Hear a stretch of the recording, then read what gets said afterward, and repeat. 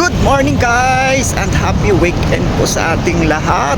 At ayan, kalalabas na po natin galing ng church at nandito tayo ngayon, naglalakad papunta sa Weimart. Punta tayo ng Weimart dahil matagal na rin ako hindi nakapunta doon, mga 1 month na yun.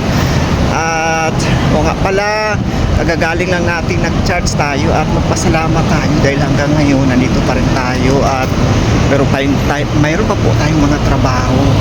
Alam nyo ba na isang araw hindi po tayo pumasok dahil nagkaroon po tayo ng karamdaman, pero hanggang ngayon din naman medyo hindi pa rin maganda ang aking katawan, pero pinilit natin dahil kailangan nating magpapasalamat sa kanya dahil hanggang ngayon nandito pa rin tayo sa bansang UAE.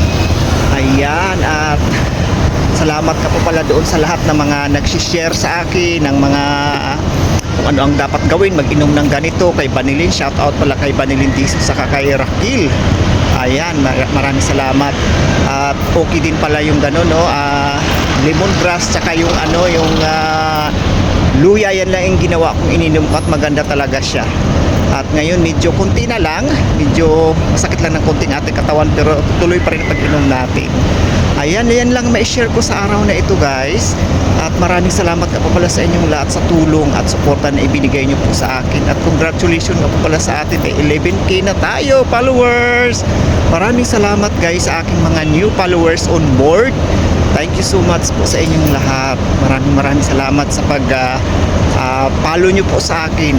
At sana po ay patuloy pa rin ang ating pagsuportahan. Hindi lang po pag-follow, kundi pa po panoodin ang ating mga video. Yan lang po at God bless you all.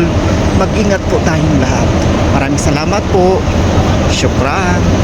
Sir Sada.